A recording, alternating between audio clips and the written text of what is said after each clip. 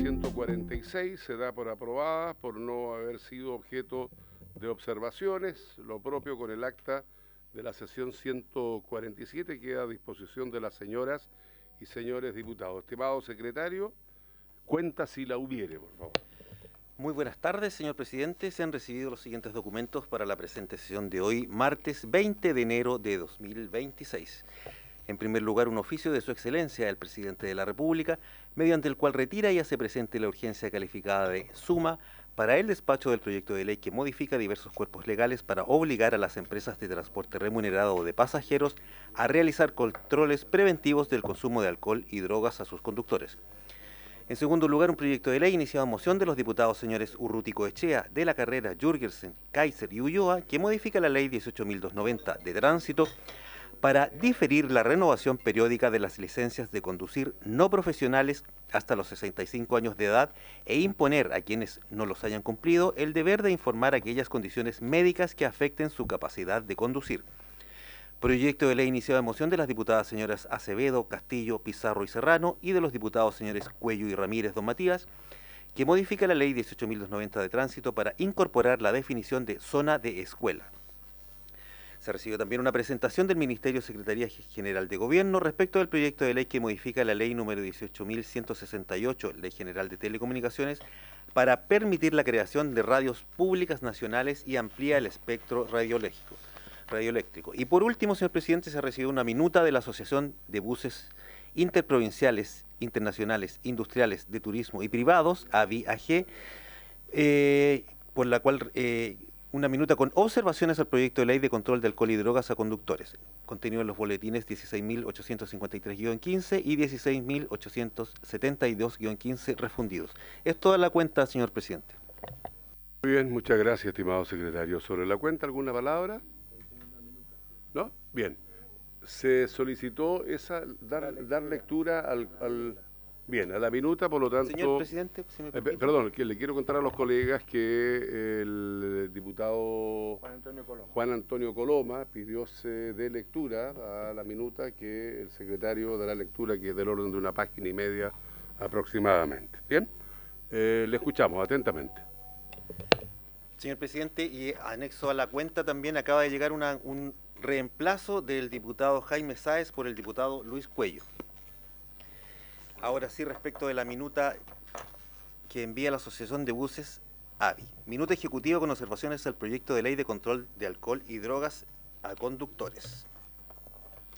Primero, resumen de las reglas propuestas por el Ejecutivo en indicaciones. Señalan que el proyecto impone a las empresas de transporte remunerado de pasajeros las siguientes obligaciones: cobertura universal, realizar pruebas de control de drogas al 100% del personal de conducción, periodicidad fija, controles semestrales, mínimo 2 veces al año, costo y registro. El costo es de cargo exclusivo de la empresa, la cual debe mantener un registro de resultados y remitirlo semestralmente al Ministerio de Transportes.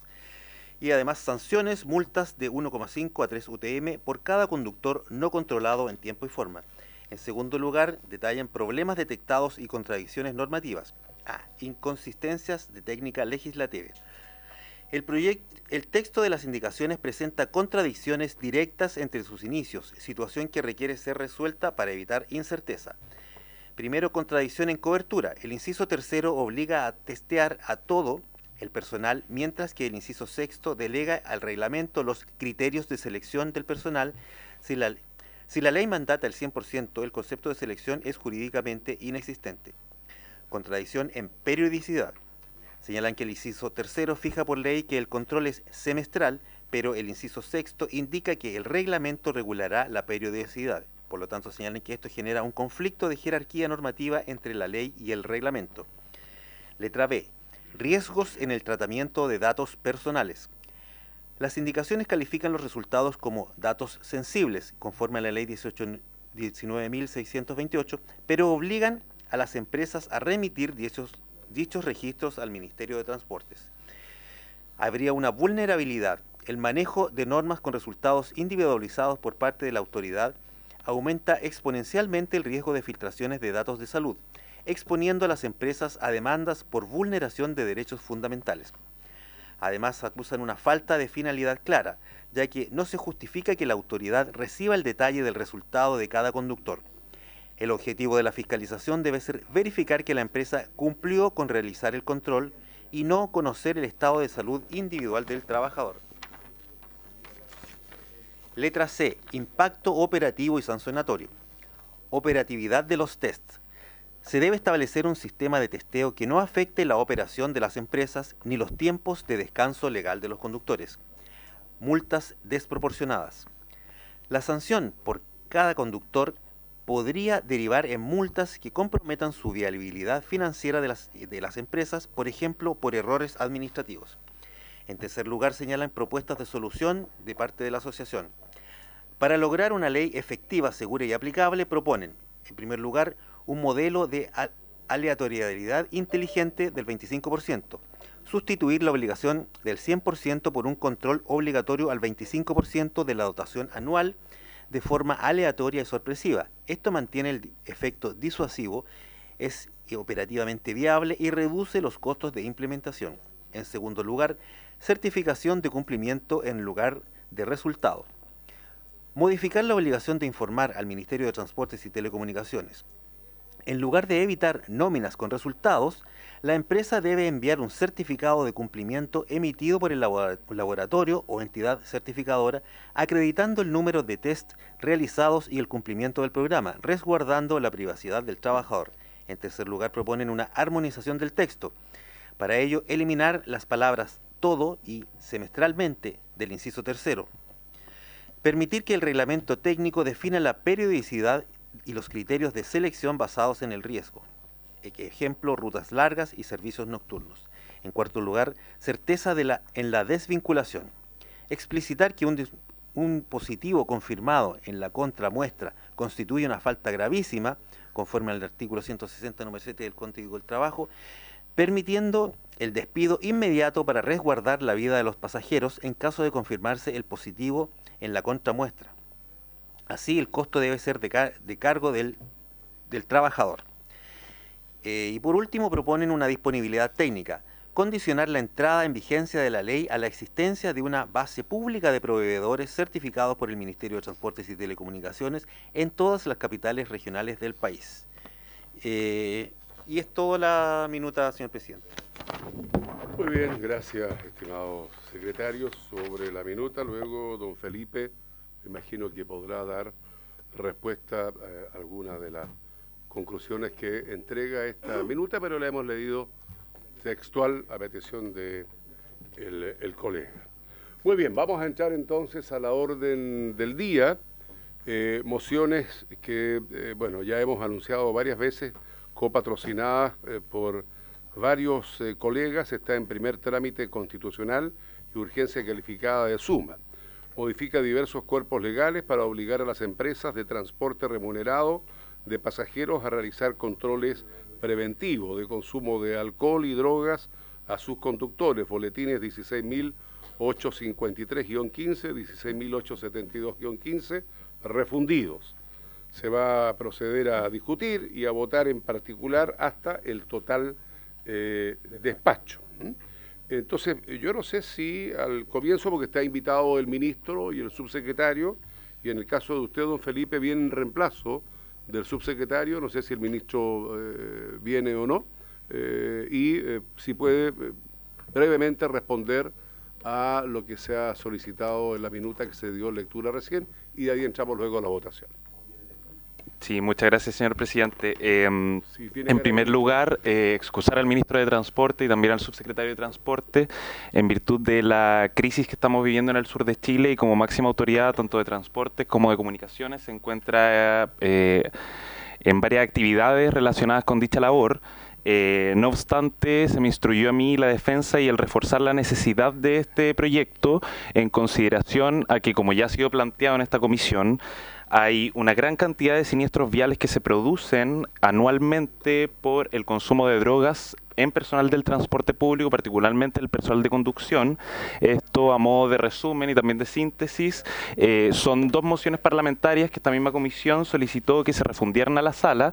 El Ejecutivo ingresó indicaciones, luego el diputado Cuello ingresó una indicación que resume perfectamente lo que ha planteado el Ejecutivo, con tres modificaciones que tienen que ver con la frecuencia frecuencia de las pruebas de alcohol y drogas que se van a realizar, con el plazo de información al Ministerio de Transportes para que éste pueda hacer la fiscalización y posterior denuncia al juzgado de policía local, y también con el monto de las sanciones, de manera que sea disuasor de la conducta. Para responder algunas dudas que se han planteado en la minuta que la Secretaría dio lectura, en primer lugar, el hecho de que esta indicación proponga que los test de alcohol y drogas sean al 100% del personal de conducción, no se opone a ningún criterio de selección, bajo el entendido que tiene que haber una periodicidad y un periodo de tiempo que distinga entre uno de otro. Eso queda a materia reglamentaria. ¿Por qué no se consideró la aleatoriedad? Porque no tenemos herramientas desde el Ministerio de Transportes que permitan fiscalizar esa aleatoriedad y que efectivamente la elección del personal de conducción no sea arbitraria y pueda vulnerar los derechos de los trabajadores. Por eso se consideró que sea el 100% del personal, con la periodicidad que establecerá el reglamento y con criterios que sean objetivos, generales e impersonales, de manera que no se pueda elegir de manera arbitraria a uno u otros de los conductores.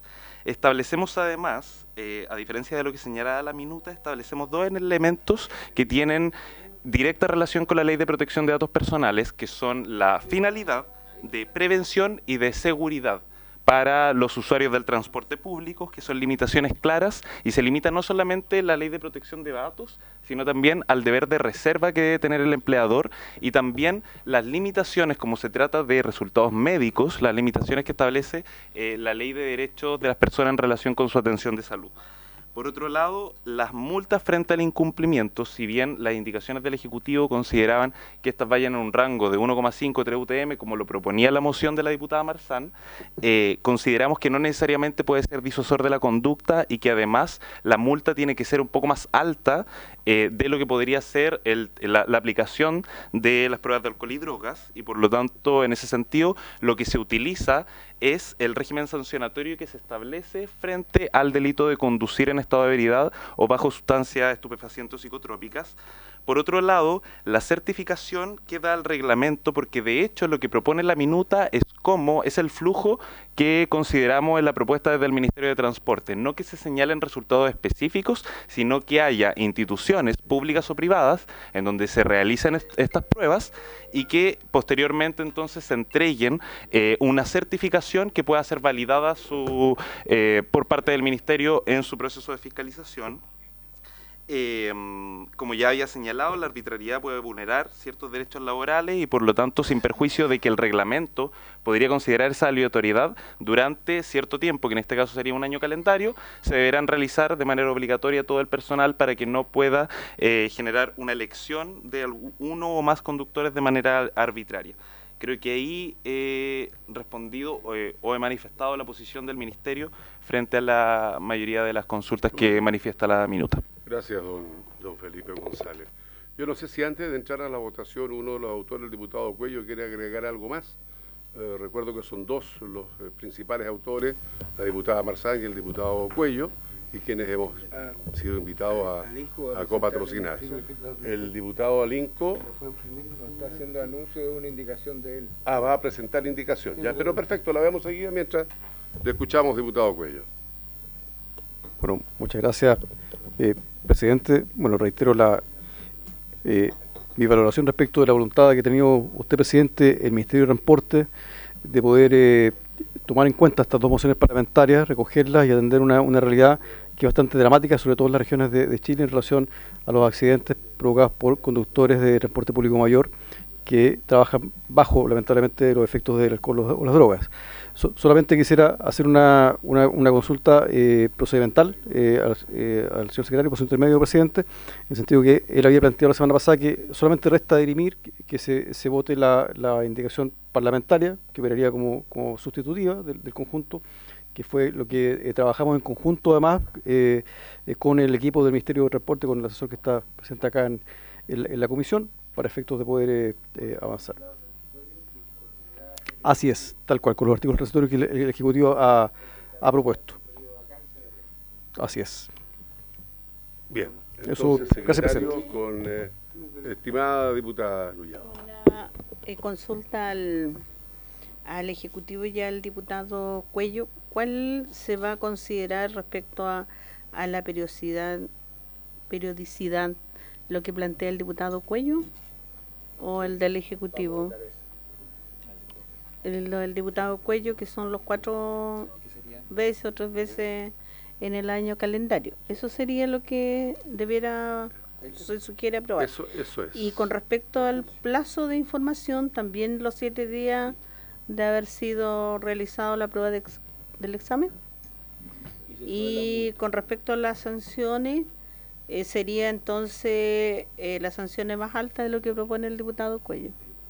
Ya, eso era mi pregunta para el Ejecutivo, porque como habló de esto, pero no ¿cierto? había dicho, más bien no se refirió en particular a las 3 observaciones que al menos estaban. Bien, pero le queda Sí, respondido me queda todo. claro, Perfecto, sí. estimada colega. Diputado don René Alinco. Sí, yo estaba escuchando la carta que se leyó de parte de una de las empresas, ¿cierto?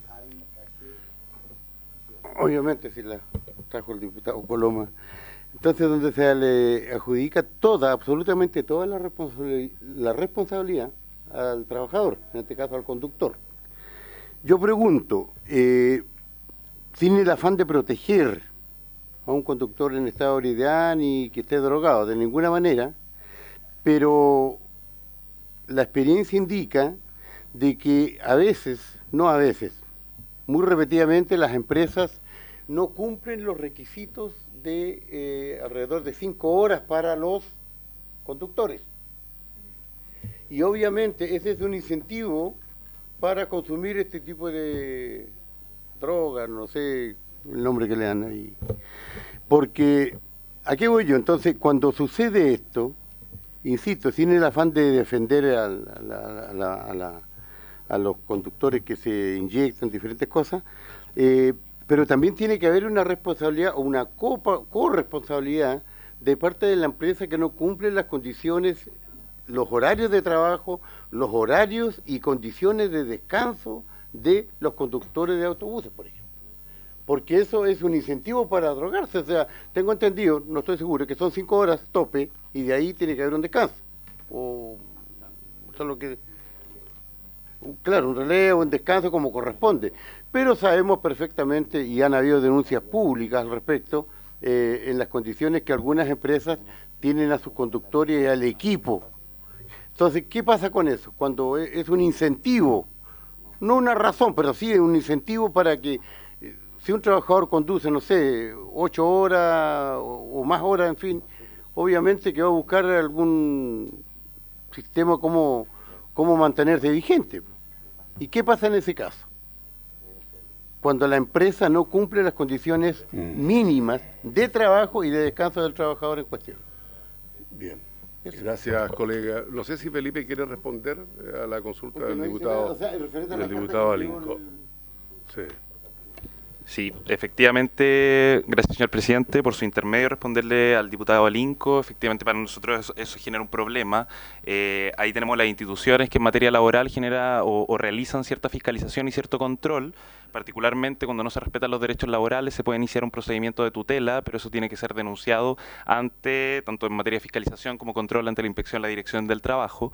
En materia de responsabilidad, que es lo que se mencionó, cuando se ocurran daños, y aquí aplican las normas generales que establece el Código Civil, cuando producto de la conducción, independiente de cómo se realiza esta, se produzcan daños, la víctima de esos daños puede dirigirse tanto contra el empleador como contra el trabajador por el total y por lo tanto funcionaría la norma que regula el artículo 2320 del Código Civil.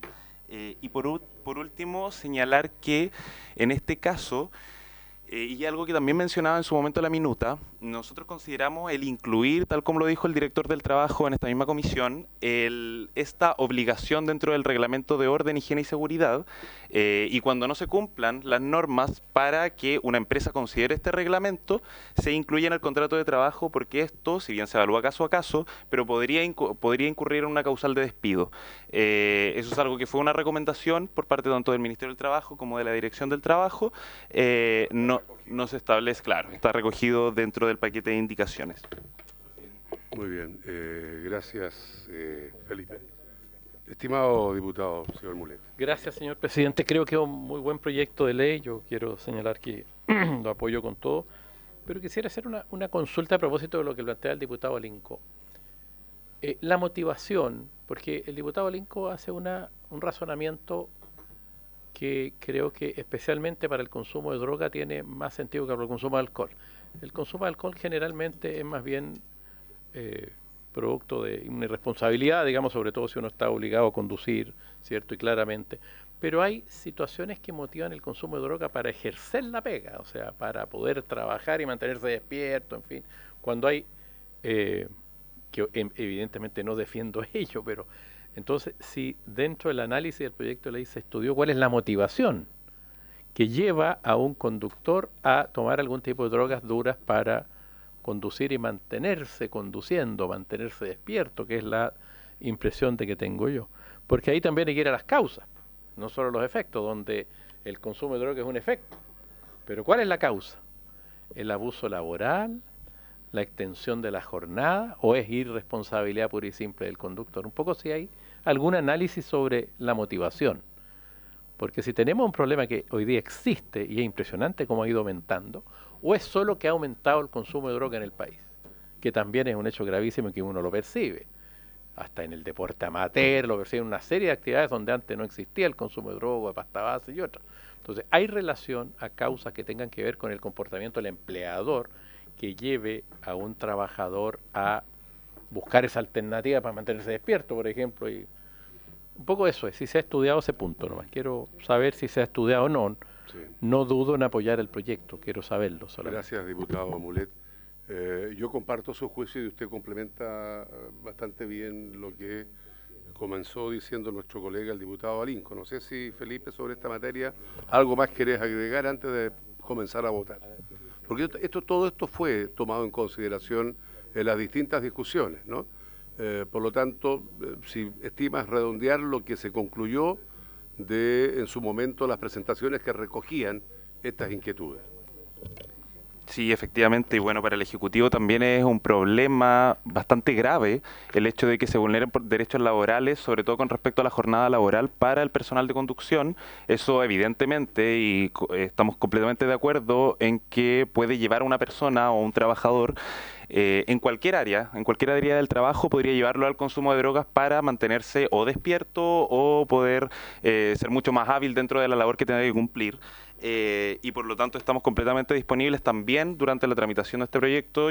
Bueno, queda poco tiempo de esta administración y ya tendrán que tomarlo entonces quienes nos sucedan, pero consideramos que es totalmente adecuado porque esto no se puede atribuir solamente a una irresponsabilidad o a una conducta que no tenga ningún sentido por parte del trabajador, sino que es multicausal. Hay muchas razones y de hecho en el análisis de las indicaciones se analizó también con Senda y con el Ministerio del Trabajo que hay distintos elementos, distintas causas que pueden llevar a una persona a conducir en estado de ebriedad o también en estado de las drogas que, como señalaba el diputado Mulet por su intermedio presidente, podría llevar a esta persona y que además podría generar daños, podría generar siniestro, como ha pasado en todos estos casos.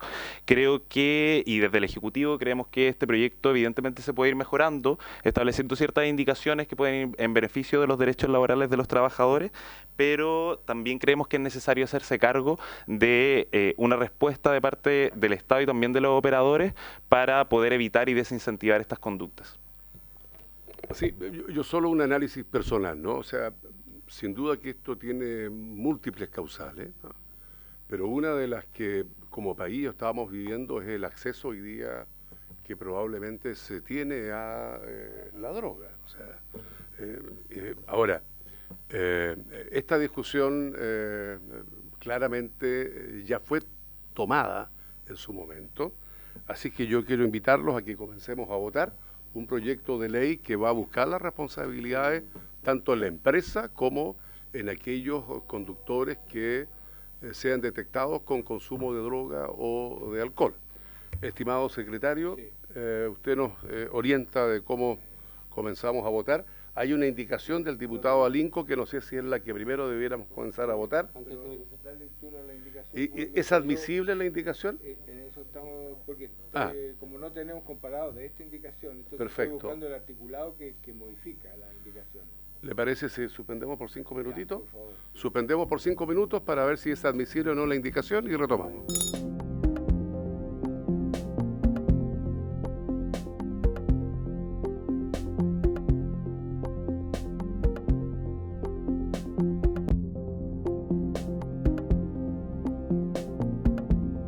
Yo quiero pedir que se dé lectura efectivamente a la indicación del diputado René Alinco.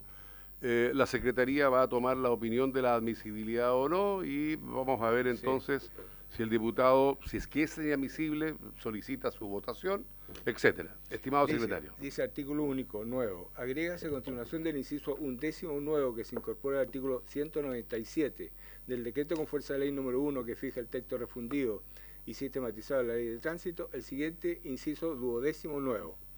Las disposiciones establecidas en el inciso precedente serán igualmente aplicables a los funcionarios pertenecientes a las Fuerzas Armadas de Orden y Seguridad Pública cuando, en ejercicio de sus funciones o fuera de ellas, conduzcan un vehículo motorizado en estado de ebriedad o bajo la influencia de sustancias estupefacientes o psicotrópicas y a consecuencia de ello causen alguna de las lesiones indicadas en el número 1 del artículo 397 del Código Penal o la muerte de alguna persona, quedando sujetos al mismo régimen de medidas cautelares previsto para los civiles, sin perjuicio de las responsabilidades administrativas y disciplinarias que correspondan. Esa es la indicación del presidente, que a juicio de esta Secretaría es inadmisible por contrariar las ideas matrices fundamentales del proyecto. Bien, diputado Alinco, no sé si quiere defender su admisibilidad. Sí, gracias. Bueno, yo la verdad es que no encuentro ninguna contradicción con el proyecto, todo lo contrario. Aquí, como lo dije en la sesión anterior, se trata de que todos los chilenos y chilenas, vistamos uniformes o no, seamos tratados de la misma manera ante la ley. Porque no es que yo lo diga, siempre cuando suceden accidentes entre un carro policial, por ejemplo, y da el ejemplo de un búho hace como 20 días atrás, siempre los responsables son los civiles. Pues no, o sea, ¿qué es lo que yo estoy pidiendo con esto? Es que si al conductor civil de un vehículo civil, ¿cierto?, se le hacen los exámenes antidroga, antialcohol, etcétera, también a los conductores de un carro policial, por ejemplo, que sean las mismas condiciones el trato sea igualitario. Eso es lo que yo pido. Y bueno, el secretario dio su opinión que es inadmisible. Tengo entendido que eso se puede votar. Sí, puede usted pedir la votación, pero déjeme hacer un juicio de su indicación, que a mí me parece que es una idea que perfectamente puede plasmarse en un proyecto de ley. De hecho, comparto absolutamente el juicio, pero este proyecto tiene como principio lo que tiene que ver con el transporte público remunerado de pasajeros. Y es ahí en donde esto escapa absolutamente de la idea matriz del proyecto que estamos tratando, porque dice relación con el transporte remunerado de pasajeros. No obstante que yo comparto absolutamente la inspiración que tuvo de esa indicación, creo que sería un muy buen proyecto de ley, así como quienes conducen vehículos de bomberos, conducen vehículos de ambulancia, conducen vehículos, ¿no es cierto?, de las Fuerzas Armadas. Me parece que en lo general, René, es una buena idea que podría inspirar un buen proyecto de ley, pero si usted pide que lo sometamos a votación, vamos a someter a votación la indicación. Y le voy a dar, no 30, el doble. Ya, 60, gracias. No, es que un problema es el escenario donde se produce esta situación, porque no hay carreteras para los uniformados, no hay carreteras para Carabineros ni la PDI. Todos ocupamos la misma carretera. Sería diferente si existiera esta diferencia. Entonces, ahí voy yo. Si no, en el fondo es que seamos tratados con igualdad de derechos. Tan simple como esto. Pero bueno, pido la votación. Bien, antes nos pidió la palabra nuestro colega y amigo Cosme Mellado. Sí, gracias, presidente. Presidente, más allá de la discusión y del debate con respecto a la cantidad de tiempo que tienen que estar las personas que tienen que estar detrás de un volante en el transporte público, también tenemos que pensar que hoy efectivamente donde han ocurrido más accidentes es el transporte de carga, de camioneros que llevan muchas horas detrás de un volante. Ese es un temazo, presidente, que creo que hay que considerarlo. Gracias. Ya han salido inspiración para 2 proyectos de ley. Pues yo creo que ambos son puntos tremendamente buenos para recogerlo y plasmarlo en proyectos de ley. El diputado nos pidió votar un proyecto que a juicio de la Secretaría, y que yo lo comparto absolutamente, escapa a la idea matriz del proyecto que estamos tratando. Estimado secretario, entonces, para tomar la votación de lo que ha solicitado nuestro colega. Los que votan a favor es a favor de la admisibilidad. Dicen que es admisible. Don René Alinco. A favor de la admisibilidad. A favor de la admisibilidad. Don Fernando Borges. A favor. Don Felipe Bugueño. A favor. Don Felipe Camaño. Don Juan Antonio Coloma. Don Juan Irarraza. Don Cosme Mellado. A favor, señor secretario. Don Juan Irarraza, sí. ¿Cómo vota, don Juan? Inadmisibilidad. En contra. Don Cosme Mellado. A favor de la admisibilidad, señor secretario. Sí. Don Jaime Mulet. Fundamento, presidente, yo entiendo que la propuesta que hace el diputado Alinco de la igualdad de tratamiento entre un conductor de la Fuerza Armada, de Carabinero o de un microbús es exactamente la misma. O sea, hoy día se sanciona la conducción bajo los efectos del alcohol o la conducción bajo los efectos de la droga. Lo que plantea el proyecto de ley es la obligación de, cierto, realizarse exámenes, digamos, por parte de las compañías a sus trabajadores, choferes. Esa obligación hoy día aparentemente no la tiene la Fuerza Armada o no la tiene Carabineros. Si la establecemos a través de un proyecto de ley por estar estableciendo una obligación a un órgano del Estado, entiendo que sería inadmisible, por eso creo que es inadmisible la indicación. Pero hoy día el chofer de un microbús de Carabinero tiene la misma sanción si conduce bajo los efectos de la droga que el chofer de un microbús común y corriente. Lo que la ley busca son los exámenes preventivos en el fondo, ¿cierto? Y creo que eso, por ser una atribución, una obligación que uno le va a otorgar a Carabineros, a la Fuerza Armada, no puede ser admisible. Ya, vota entonces en contra de la admisibilidad. Doña Emilia Nullado, en contra. Don Leonidas Romero. Voy a argumentar un poco mi votación. Bueno, yo voy a votar en contra, pero con lo que ha planteado el diputado Alinco, que quiere la igualdad entre civiles y uniformados. Yo quiero solamente recordar que no solo los conductores de las policías o de las Fuerzas Armadas, sino que cualquier funcionario que es sorprendido bajo los efectos del alcohol y de la droga, lo despiden inmediatamente. Y aquí tenemos trato diferente varios, entre ellos los parlamentarios, así que yo voto en contra. Voto en contra. Don Luis Cuello. Sí, yo también voto en contra de la admisibilidad, porque estimo que, no obstante que la inquietud es pertinente y razonable, lo que plantea el diputado Alinco por su intermedio, creo que escapa de la idea del proyecto, porque quiero recordar, el proyecto de ley nace como consecuencia de varios accidentes fatales, producto de conductas temerarias y criminales de conductores de transporte público mayor, que son otras que es de otra naturaleza, ¿ya? Y que han significado la muerte de estudiantes chilenos en las regiones, como en la región de Valparaíso, el caso de Alberto, estudiante del Liceo de la Barra. Entonces, escapa a mi juicio de la idea matriz, y además también tengo una duda reglamentaria, puesto que en la sesión anterior el secretario había indicado que no correspondía presentar una indicación sobre indicación, pero bueno, esa lo planteo como pregunta, pero voto en contra de la admisibilidad. Gracias, presidente. Y don Carlos Bianchi. En contra. 6 votos en contra, 2, 4, 5, rechazada la admisibilidad de la indicación. Bien, queda rechazada la admisibilidad de la indicación. Insisto, compartiendo absolutamente el juicio, y creo que puede ser un muy buen proyecto para esta comisión.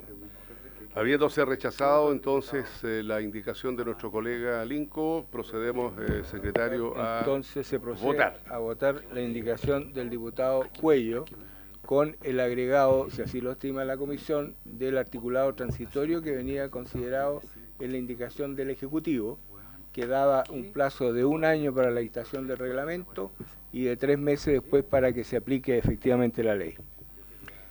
Don René Alinco.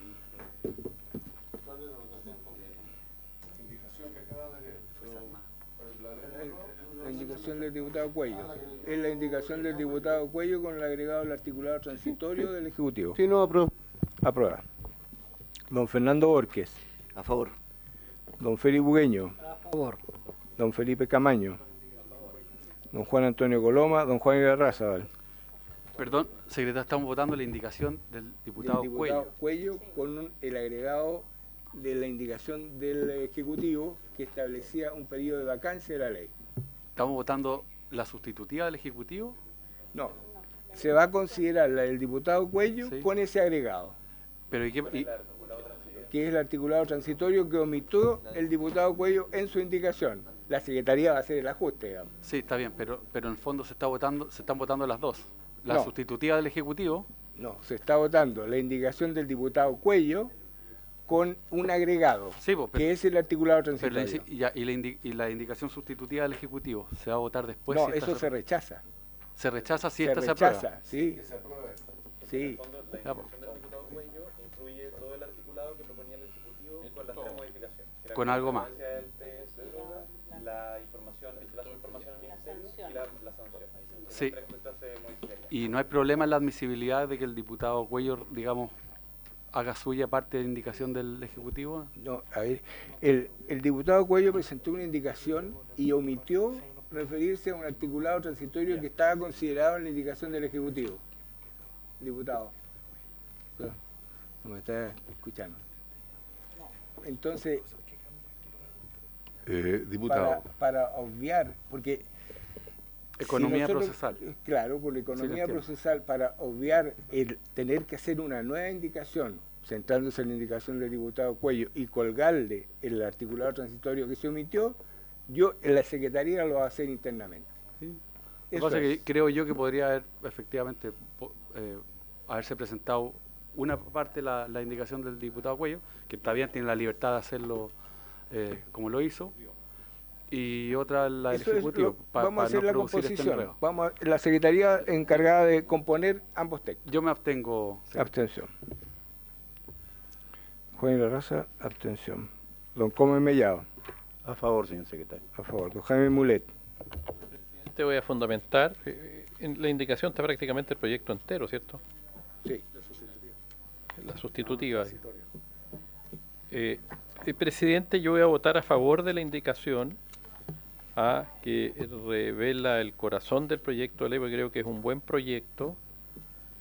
Hemos tenido, como dice el diputado Cuello, un conjunto de accidentes y fatalidades en transporte colectivo mayor, en autobuses urbanos y no urbanos, particularmente en el norte, los interprovinciales han habido accidentes fatales recurrentes, y creo que muchos de ellos se sospecha o al final se acredita que es por conductores que están bajo los efectos fundamentalmente de la droga, más que el alcohol diría yo, pero evidentemente las dos condiciones son inhabilitantes para conducir con la debida seguridad, de manera que me parece correcto aplicar esta metodología de establecer la obligación de hacer exámenes previos para detectar el consumo de alcohol o el consumo de droga.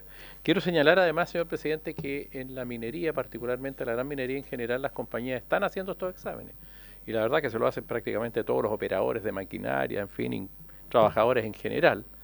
Y dan buen resultado, digamos, porque las fatalidades o accidentes graves producto de trabajo o conducción o dirección de alguna maquinaria bajo los efectos de la droga son muy escasos. Por eso creo que es un buen proyecto de ley y la indicación me satisface plenamente, de manera que voto a favor, señor presidente. Doña Emilia Nullado. A favor. Don Leonidas Romero. Voy a votar a favor y también voy a dar un pequeño argumento.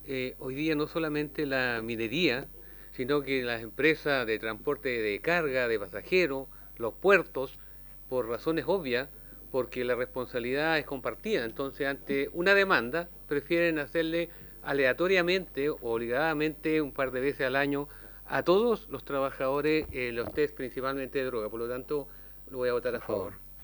Don Luis Cuello.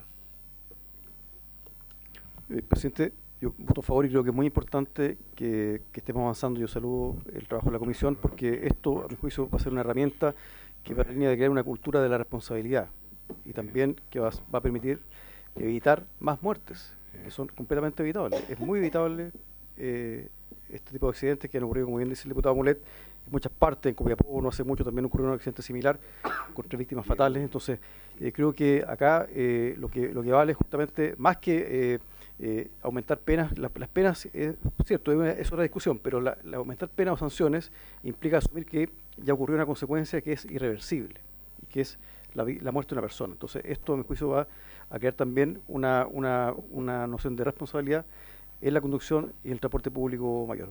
A favor, presidente. Presidente, ¿cómo vota? A favor.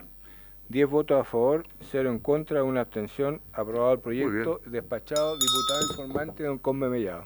Queda aprobado y, estimado diputado Mellado, será entonces el informante. Muchas gracias a todos los colegas y a todas las colegas y al Ejecutivo por la tramitación de este proyecto que, como se ha dicho acá, es extraordinariamente importante, urgente. Muy bien, vamos a pasar al segundo punto, que está por acá. Sí, diputado Mulet. 30 segundos. Solamente decir para los efectos correspondientes, y ya que esta sesión se transmite, que los parlamentarios estamos sometidos también a test de droga. Es importante que la ciudadanía lo sepa, que se hace aleatoriamente. Lo digo porque creo que es importante señalarlo, ya que a todos nos toca, los que ejercemos funciones públicas, es bueno recordar y señalarlo, que nos hacen aleatoriamente examen de droga, de pelo, digamos. Falta el Senado, me dicen, bueno, yo no lo sé del Senado, pero sé que en la Cámara sí, y este es de pelo. Ayer salí negativo, así que no hay problema. No, si yo miré de casualidad, no, lo digo muy en serio, la verdad, porque creo que es muy importante decirlo. Lo estamos exigiendo con esta legislación, pero también, obviamente, nos estamos obligando a eso. Eso solamente. Muy bien, estimado diputado. A ver, será como yo vaya de salida, quiero pelear un poco, discutir un poco. Sabe, presidente, efectivamente lo que plantea el diputado Mulet tiene razón, pero a mí no me da ni una seguridad ese examen. ¿Sabe por qué, presidente? Y por eso yo dije que no me lo iba a hacer y no me han obligado a ir a hacerme el examen, porque el certificado llega firmado no por un facultativo médico, viene firmado por el secretario de la Cámara, que es abogado. Y cuando yo pedí verme examen me dijeron que no se podía. Pero si, presidente, y lo dije en la sala y lo he dicho en todos lados, yo primero, mira, quiero hacer un paréntesis, mi hija es abogado. Yo quería que estudiara psiquiatría, que fuera médico, y el primer paciente iba a ser su padre. Pero me he dado cuenta que ser abogado es como el aloe vera. A uno le pasa un manual y pueden hasta operarlo hoy día los abogados. Y lo digo con mucho respeto, porque son buenos para todo. Termino con esto, presidente. Yo he visto en las redes sociales varios parlamentarios, colegas, mostrando su certificado que dice que no soy consumidor. Quiero recordar que aquí hay parlamentarios, o habían parlamentarios que reconocían que consumían droga. Hubo un acuerdo que yo, y lo firmé, y la mayoría, que aquel parlamentario que saliera como consumidor de droga, se le entregaba los antecedentes a la justicia para revisar su cuenta bancaria, ¿se acuerdan, no? Y resulta que de los 155, ni uno, repito, ni uno salió consumidor de droga, güey. Y mi certificado está firmado por un abogado, no por un médico. Así que para mí no tiene ni una validez ese certificado. Bien. Gracias, güey. Gracias, diputado Leonidas. Yo creo que el tema ya está zanjado. Vamos a pasar al... No, desahóguese, yo no tengo problema. Pues, diputado Alinco... Si le hemos dado al resto, también se lo vamos a dar a usted. Yo no es que me quiera desahogar, sino que también comparto plenamente lo que se ha dicho acá, porque yo también solicité, en caso particular mío, porque es una cosa personal, que me entreguen el certificado. No el del señor Landero. El señor Landero es abogado. El certificado médico firmado por un médico, y todavía no llega. Es más, hay una cantidad, no sé exactamente, de diputados y diputadas que no se han querido hacer el examen, porque no sé qué enfermedad, tienen una enfermedad X, y que ese remedio que consumen tiene droga, entonces, pero hasta este momento no ha sido 100% esa cosa, y yo comparto lo que dice el diputado acá, que todavía yo no he visto y creo que ningún diputado ha visto un certificado firmado por un facultativo médico. Y eso es lo que creo que tenemos que apretar. Dije. Muy bien, vamos avanzando y ojalá también que sea el resto, el Senado y las autoridades de la moneda y toda autoridad pública tenga que hacerse estos exámenes. Vamos al segundo lugar de la tabla, es un mensaje en primer trámite constitucional y urgencia calificada de suma, que modifica la ley 18.168, Ley General de Telecomunicaciones, para permitir la creación de radios públicas nacionales y amplía el espectro telefónico o radio eléctrico, boletín 18.011-15. Está invitado el subsecretario de Telecomunicaciones, don Claudio Araya, a quien le damos la muy cordial bienvenida, Claudio. Y asisten en forma telemática la ministra secretaria general de Gobierno, señora Camila Vallejo, que está en forma presencial o telemática. Está en forma telemática. Vamos a partir entonces, si les parece, con la presentación, no sé si subsecretario suya, en primer lugar, y luego la de la ministra. Tiene usted la palabra, subsecretario. Muchas gracias, presidente. Me estaba comentando la jefa de gabinete de la ministra que ella estuvo conectada hasta hace 2 minutos, pero tenía otro compromiso y tuvo que salir. Así es que, bueno. Pero haga usted la presentación y nos va a quedar aún más clara la presentación. Le escuchamos. Gracias, presidente. No estaba preparado para las primeras 5 láminas, pero ¿qué le vamos a hacer? Tiene demasiada experiencia para esto. Ya, ¿podemos pasar a la primera lámina, por favor? Ya. ¿Tú la tienes? Sí. Ah, perfecto.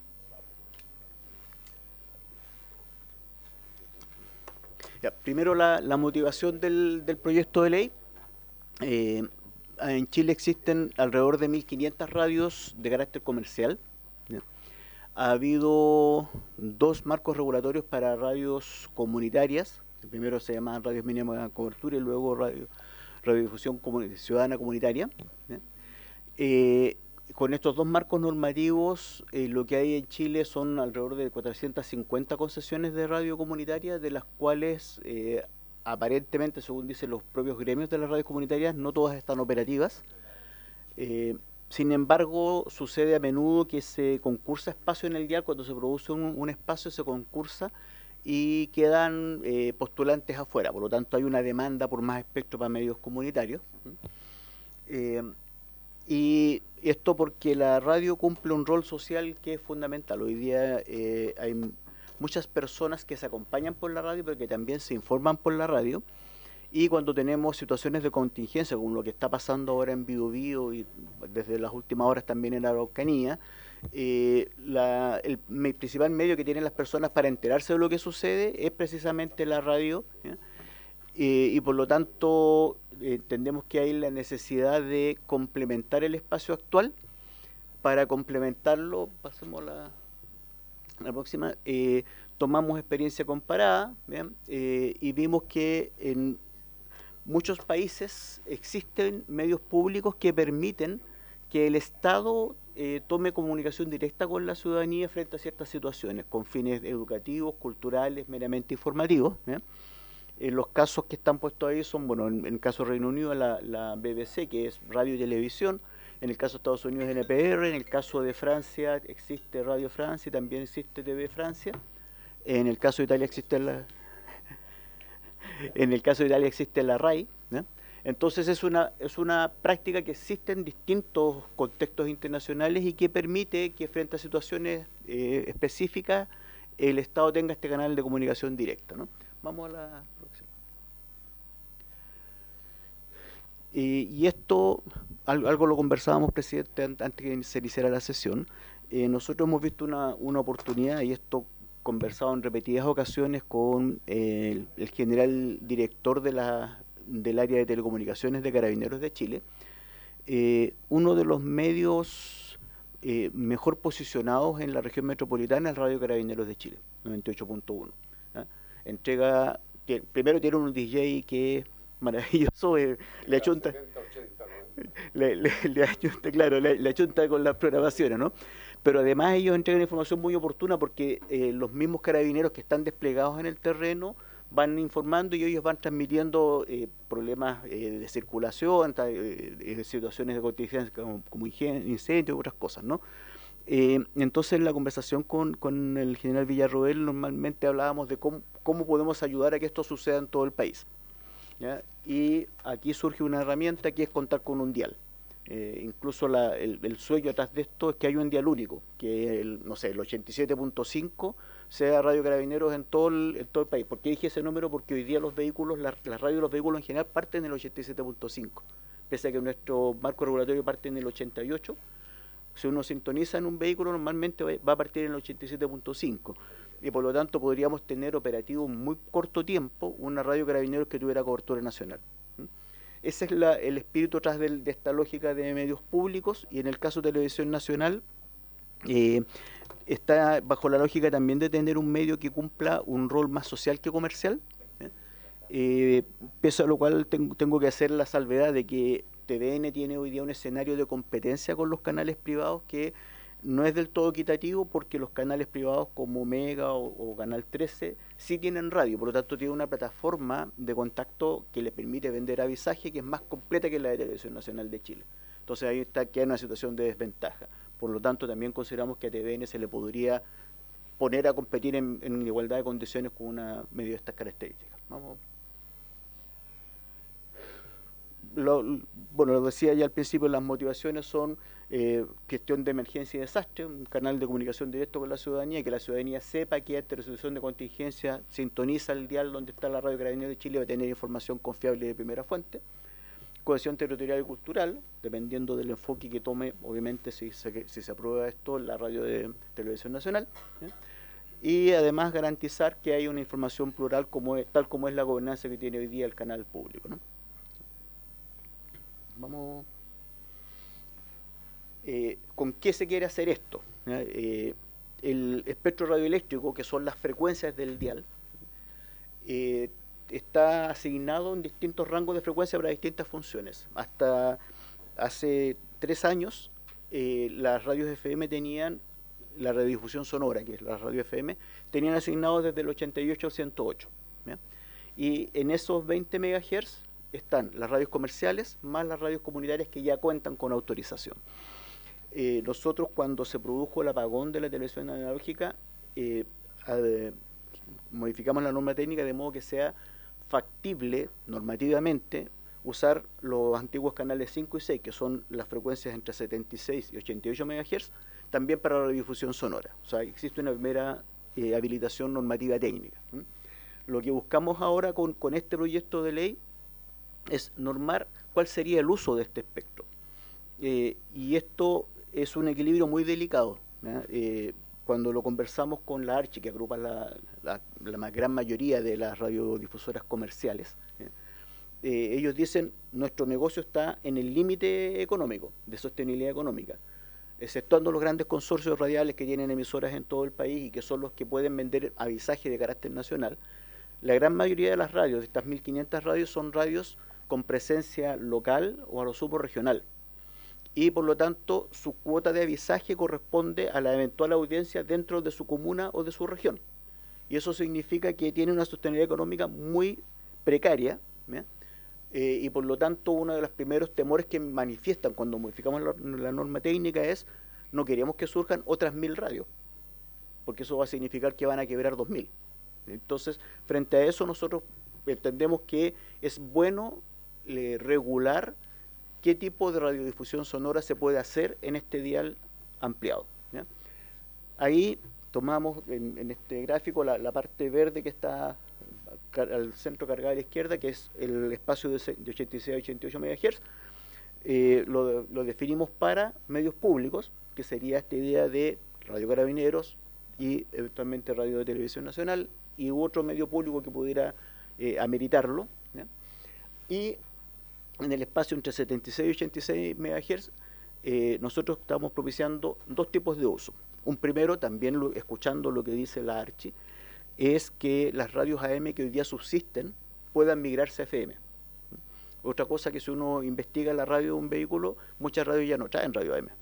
Entonces, las radios que se quedaron en AM hoy día, sí lo tienen más difícil que las otras para tener avisaje, porque tienen cada vez menos audiencia, pese a que tienen muy buen alcance. Acá la Radio Festival, que transmite desde la Villa Independencia, acá en Viña del Mar, se escucha al interior. Yo lo escuchaba en Yayay, donde yo vivía, la radio AM, no así la FM. Por lo tanto, tienen un muy buen alcance.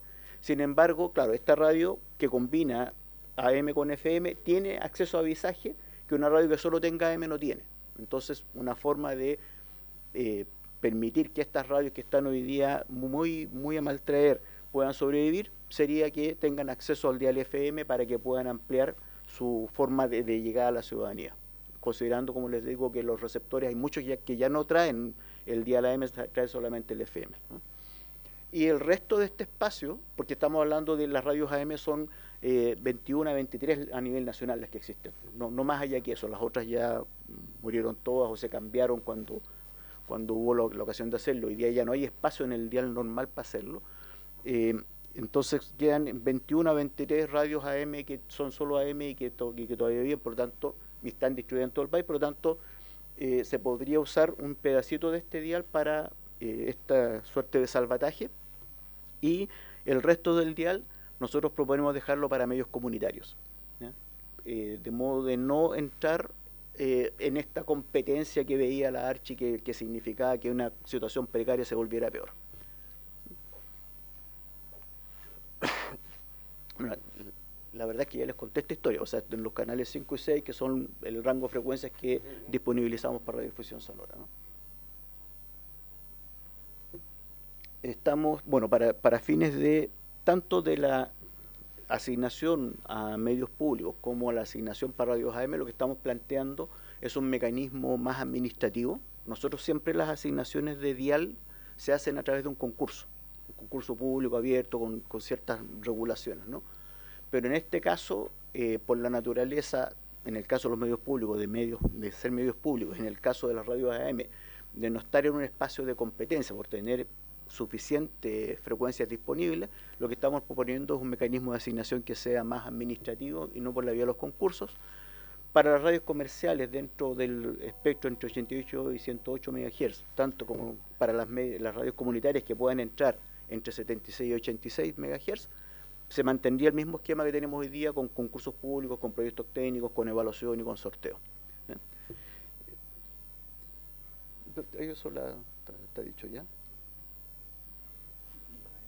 Y acá, dentro del papel que tiene la subsecretaría de hacer un uso eficiente del espectro, también estamos hablando de cómo implementar esto de manera de ir ocupando el espectro en la medida que sea plausible hacerlo. Sí, ya vamos a ver un poco más de ello, pero está acá lo que es la migración de la FM, está el cómo vamos a ir operando para que se vaya produciendo, ir llenando el dial de manera ordenada, paulatina. Vamos a la próxima. Ahí. ¿Qué es lo que proponemos? Porque hoy día, y esto para no generar falsas expectativas tampoco, los receptores de radio, en el mejor de los casos, que es lo que les decía, las radios vehículos parten en el 87,5 y están desde el 87,5 al 108. Por lo tanto, si hoy día asignamos una posición en el dial que sea más baja que 87,5, nadie lo va a escuchar, porque no va a haber receptores que estén hoy día preparados para ello. Esta habilitación es una habilitación que se hace por software, es relativamente sencilla, pero hoy día los receptores no la tienen. Por lo tanto, estamos proponiendo un periodo de implementación de hasta 5 años. Nosotros ya hicimos una consulta a la Organización de Comercio respecto a la factibilidad de que esto vaya sucediendo. Me faltó decir algo al inicio, y es que esta asignación del dial existe en China y existe en Brasil. Por lo tanto, ya existe un mercado para este tipo de receptores. No estamos inventando la rueda. Y por lo tanto también debería ser menos complejo para los vehículos que se fabrican en Brasil o que se importan a Chile desde Brasil, que vinieran habilitados con el mismo dial que ya se utiliza en ese país. Por lo tanto, debería poderse producir una migración de los receptores al dial extendido, ¿ya? Y no veo nada, Sebastián. Uno de los casos de los receptores OCP y el otro de hogar. Y Claro, para los receptores que se comercializan en tiendas de retail, ¿ya? Tienen un plazo de 5 años que también tiene que ver con vaciar el stock y con la rapidez con la cual se van vendiendo. Ese es el proyecto de ley. Básicamente, como les digo, tiene como objeto es definir, regular cuál es el uso que se va a dar al dial extendido y partido en 3 necesidades: 1, medios públicos; 2, migración de radios AM; 3, radios comunitarias. Muchas gracias, subsecretario. No sé si algún colega, estimado colega. Presidente, saludar a don Claudio por su intermedio, al señor subsecretario. Usted habla de entre 21 a 23 radios AM. ¿Esto, la totalidad ingresaría sin necesidad de postular a esta nueva modalidad? Entre el dial del 87,5 al 105 y sí. Ahora sí, Leonida, por favor. La consulta era si la totalidad de las 23 o 21 radios AM que existen hoy día entrarían a este nuevo sistema y en qué plazo. Y sin necesidad de postular, o sea, eso sería en forma automática. Bueno, le quiero contar, yo con el señor subsecretario conversé hace algunos meses atrás respecto a estos temas y me decía que esta modalidad ya la habían implementado y aprobado y comprobado aquí en la región metropolitana y que ha dado resultados. Efectivamente, las radios AM tienen una potencia porque son mayoritariamente antiguas. Las nuevas radios FM son de 50 watts y las de la AM son de 1000 e incluso un poco más. Por lo tanto, cubren prácticamente una región. Esa es la consulta, presidente. Plazo y si es necesario postular y si está contemplado el 100% de las 21 o 23 radios AM. Gracias, diputado Romero. Diputado Mulet. Gracias, presidente. Gracias, presidente. No, mire, unas consultas. Me llama la atención, y quiero más bien hacer unas consultas técnicas que tienen que ver con el proyecto de ley. Yo viajo mucho en auto por el norte y escucho radios argentinas, muchas veces en la noche de amplitud modulada, AM. Y la verdad es que en las largas distancias que hay entre ciudades del norte, bueno, me acompañan, digamos, y tengo la posibilidad de oírlas. ¿Por qué? La pregunta es técnica. ¿Por qué en la República Argentina la amplitud modulada, las radios AM, ¿cierto?, se han consolidado y han seguido, y en Chile no? Consulta. Eso, desde la ignorancia o la falta de conocimiento en esta materia, me indica que puede ser un sistema o el otro, o ambos coexistir. Acá estaríamos eliminando definitivamente el de amplitud modulada, el de AM. ¿Qué efecto provoca eso? En segundo lugar, yo entiendo que la amplitud modulada por la frecuencia de onda, ¿cierto?, permite extenderse, porque son ondas más amplias, de tal manera que rebotan menos y se extienden, digamos, pasan los cerros, en fin, y teniendo la potencia respectiva, y eso es lo que logra llegar tan lejos, ¿cierto? Pero tienen otras dificultades que tienen que ver con la calidad del sonido, la cantidad de energía que necesitan, etcétera. Pero creo que tienen también una función distinta o una cuestión de orden técnico distinta que puede ser útil en algún momento, supongo. Entonces, primero esa consulta de orden técnico. ¿Por qué en un país sí, en otro país no? ¿Qué hay detrás de eso? Más allá de aspectos, claro, puede ser también lo que dice el presidente de la comisión. Eso por una parte. Segunda pregunta. ¿Qué opinan las radios comunitarias sobre este proyecto de ley? Pues yo escuché que en el fondo las tiran a un lado del dial, y ya están a un lado del dial, entiendo, ¿cierto? Las comunitarias y ciudadanas están hacia la izquierda, por lo que recuerdo, del dial. O hacia la derecha, no me acuerdo, hacia los 80, hacia la derecha, ya, a la 100 tanto, digamos, 105 y siguiente. Y eso a ellos les molesta porque evidentemente se supone que estar más al medio del dial es más beneficioso económicamente.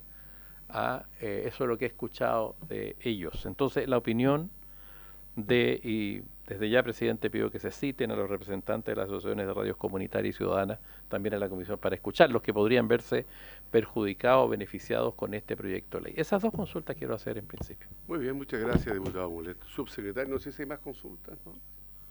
Para diputado Irarrázaval.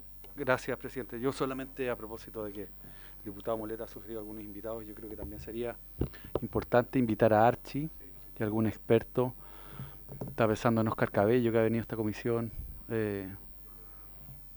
Hay una persona de la Universidad de Chile, Marcelo Valenzuela, que también podría venir. Como un tema técnico, sí. Es bueno tener harto input. Ya, gracias. Muy bien, pero sí que quede la posibilidad de que quienes quieran ser invitados efectivamente puedan hacérselo llegar dentro de los próximos días a la Secretaría y vamos a escuchar, por supuesto, a todos. Subsecretario, brevemente para responder las consultas. Gracias, presidente. Me voy a referir primero a lo que decía el diputado Grabazal recién. Yo creo que efectivamente aquí deberían estar los actores involucrados, que son la Archi por todas las redes comerciales, y nosotros tenemos contacto con al menos 3 gremios de radios comunitarias, que son Anamica, Narcich y Amarc. Me parece que es razonable escucharlo, y voy a partir respondiendo a la última pregunta del diputado Molet, porque ellos no están completamente de acuerdo con este proyecto. Ahora no están de acuerdo porque las radios comunitarias están buscando viabilidad económica, ¿ya? Y por lo tanto hay otro proyecto de ley que se está discutiendo hoy día en el Senado que lo que busca es esa viabilidad económica por la vía de autorizar a las radios comunitarias a entregar publicidad. Hoy día las radios comunitarias lo que pueden hacer es menciones comerciales, ¿ya? No vender publicidad directamente. Y están buscando romper esa restricción porque hoy día les cuesta pagar la cuenta de la luz de la casa desde donde transmiten. Esa es la realidad de las radios comunitarias. Las radios comunitarias parten financiándose con un bingo, con una completada, pero después esto se diluye y mantener operativo una radio significa dinero a todo evento. Por lo tanto, existe ese proyecto de ley, nosotros no lo abordamos, ¿ya? Y no lo abordamos para no desvirtuar este proyecto que es eminentemente técnico en cuanto a asignación del dial para ciertos usos específicos. Conversamos acerca de cuáles serían las restricciones bajo las cuales una radio comunitaria puede seguir siendo comunitaria y tener ingresos, ¿no? Ya hay regulación al respecto. Cuando una radio comunitaria hace menciones comerciales, que no es publicidad en el sentido estricto, ellos están forzados a llevar una contabilidad para después poder rendir cuenta de su estado de resultados, porque se entiende que son organizaciones sin fines de lucro, ¿ya? Y hay, de las radios que existen, hay muchas que sí lo hacen, o sea, que hacen las menciones comerciales y que rinden cuentas, tienen un balance. La discrepancia más potente en esa materia está respecto al avisaje político, ¿ya? Porque las radios comunitarias podrían vender publicidad para candidatos en los distintos procesos electorales que tiene el país, y eso es una materia que genera harto ruido y harta discrepancia, particularmente por parte del Archi. El Archi normalmente se opone a estas cuestiones porque significa que una torta publicitaria que es chica se les reduce aún más, ¿ya? Eso es un poco lo que plantean las radios comunitarias. En relación a la ubicación en el dial, efectivamente lo decía recién, si hoy día estas radios las localizáramos bajo los 86 MHz, sería matarlos, porque no hay ningún receptor hoy día que lo tolere, o hay muy pocos receptores que lo toleren. Esto tiene sentido una vez que se produzca la renovación y por lo tanto haya receptores capaces de sintonizar bajo el 87.5. Por eso planteamos estos periodos de vacancia, porque no tiene sentido ni para las radios AM ni para las radios comunitarias asignarles frecuencias bajo 87,5 MHz porque no tendrían audiencia, ¿eh? Y eso es una cuestión que las radios comunitarias nos han planteado que no les interesa por esa razón, pero yo entiendo que ese interés, cuando existan receptores habilitados para sintonizar, debería cambiar, porque en el fondo, ¿qué es lo que sucede acá?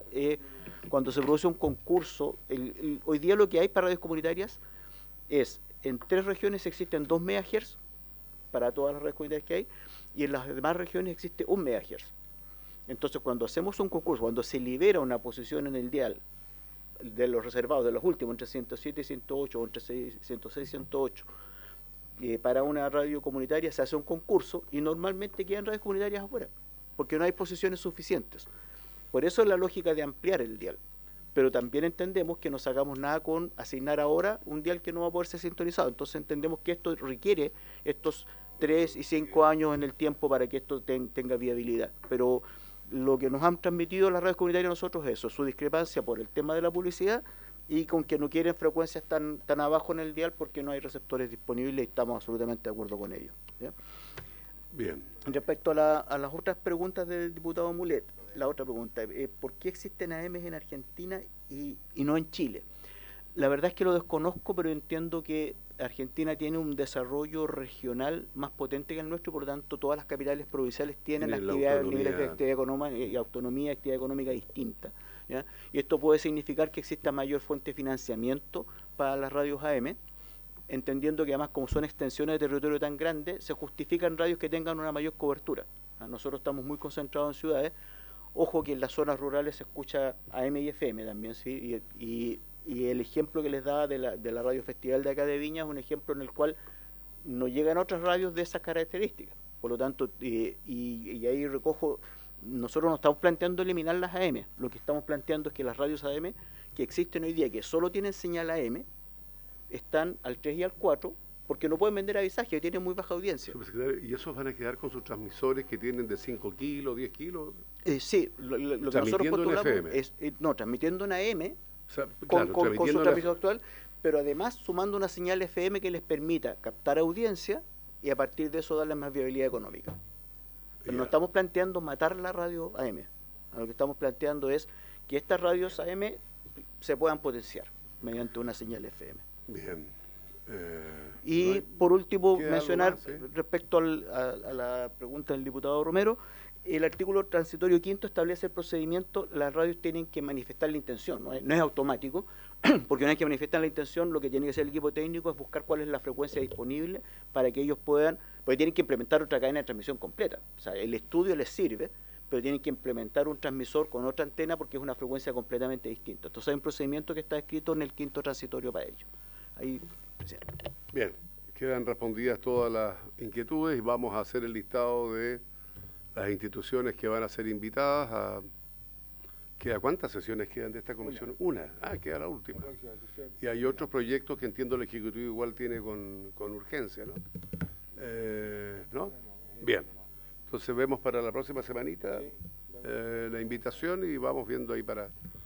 No sé si alguien quiere varios antes de irnos para que después no me diga que no doy varios, ¿no? Habiéndose... diputado Borque. Haga varios. Sí, en relación a la catástrofe que está ocurriendo en las regiones del Biobío y el Ñuble, me gustaría saber, estimado presidente, que si es que la DGAC tiene algún estudio o algún informe de que las aeronaves en este tipo de emergencias puedan tener algunas tramos o calles o espacios donde en la noche puedan operar. La DGAC nos ha dicho, me parece informalmente, que no hay ninguna información sobre ese tema. Entonces me gustaría tener y saber si es que existe algún estudio o hay alguna información sobre esto, porque paradójicamente siempre han ocurrido este tipo de emergencias y lo que tenemos que en la noche no pueden operar y en eso, ¿no es cierto?, si tenemos información, me gustaría que tengamos los antecedentes aquí en la comisión. Su diputado Borges va a llegar seguramente un tiempo más, pero que sirva para otras tragedias, emergencias como la que estamos viviendo ahora. Habiéndose cumplido la orden del día, se va a levantar esta penúltima sesión de esta comisión. No, es la penúltima. Se levanta esta sesión.